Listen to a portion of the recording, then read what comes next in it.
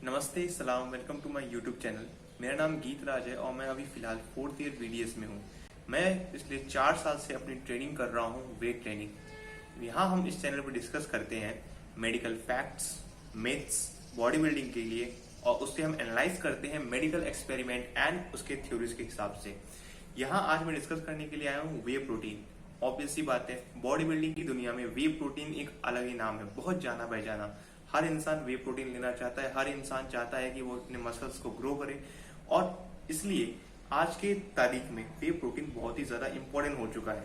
पर क्या ये मेडिकल थ्योरीज के हिसाब से, एस्पेक्ट के हिसाब से सही चीज है? क्या हम इससे लेना सेफ समझ सकते हैं? आइए हम जानते हैं।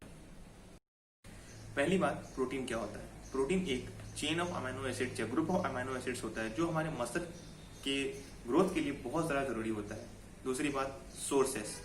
क्या प्रोटीन के सोर्सेस होते हैं?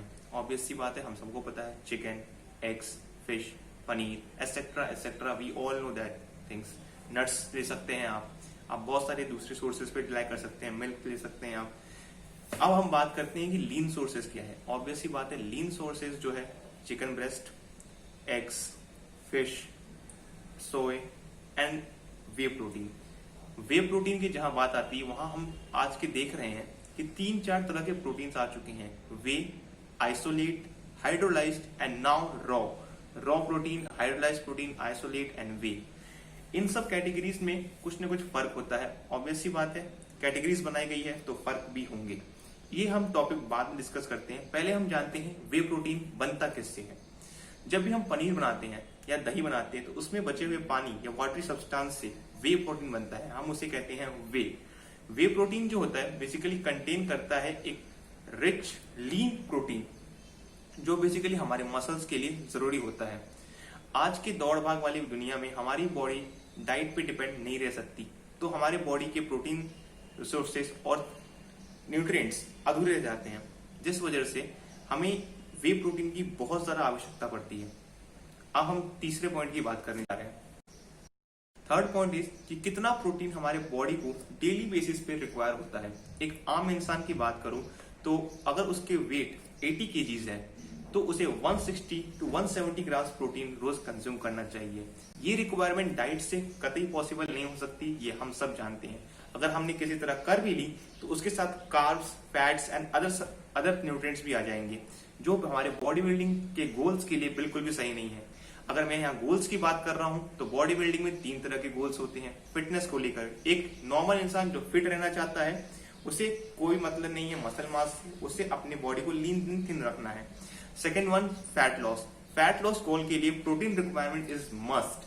आप जितना ज्यादा प्रोटीन कंज्यूम करोगे उतना ही ज्यादा आपका फैट लॉस तेज होगा। ये एक्सपेरिमेंट किया गया है और ये प्रूफ्ड है। Third one is muscle mass. Obvious सी बात है, अगर आप प्रोटीन कंज्यूम कर रहे हो तो मसल मास के लिए ही कर रहे होगे।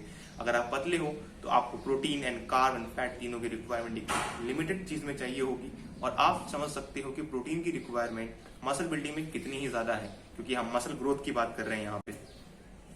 And the third point is कब लेना चाहिए।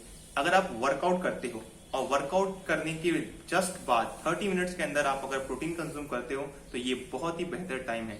अन्यथा आप सुबह सुबह मॉर्निंग जब आप फास्टेड स्टेट में रहते हो, सोने के बाद 8 घंटे की नींद या 7 घंटे की नींद के बाद उठते हो, तब आप फास्टेड स्टेट में रहते हो। आप सुबह सुबह भी वे प्रोटीन कंज्यूम कर सकते हो। आप इसको प्री वर्कआउट मील की तरह भी कंज्यूम कर सकते हो, etcetera. There are many ways, but the best one is after 30 minutes of workout और ड्यूरिंग और जस्ट आफ्टर द वर्कआउट। ये सारी बातें हुई एक वे प्रोटीन को लेकर के, लेकिन आज के समय में कई सारे मिथ हैं, कई सारी चीजें हैं जो एक मेडिकल प्रोफेशनल्स के द्वारा भी बोले जाते हैं और कई बार लोग इसमें गलती भी करते हैं। पहली मिथ कि वे प्रोटीन और पाउडर ये लेने से आपकी बॉडी में प्रॉब्लम्स होती है। The thing is there is no problem. सबसे पहली बात, वे प्रोटीन 100% सेफ होती है, एक्यूरेट होती है सब चीजों के लिए, तब तक जब तक आप इसे ऑथेंटिक डीलर से बाय ना कर लें, क्योंकि आज के समय में पायरेसी बहुत ही हाई लेवल पे है, क्योंकि वे प्रोटीन की रिक्वायरमेंट बहुत ही हाई लेवल पे है।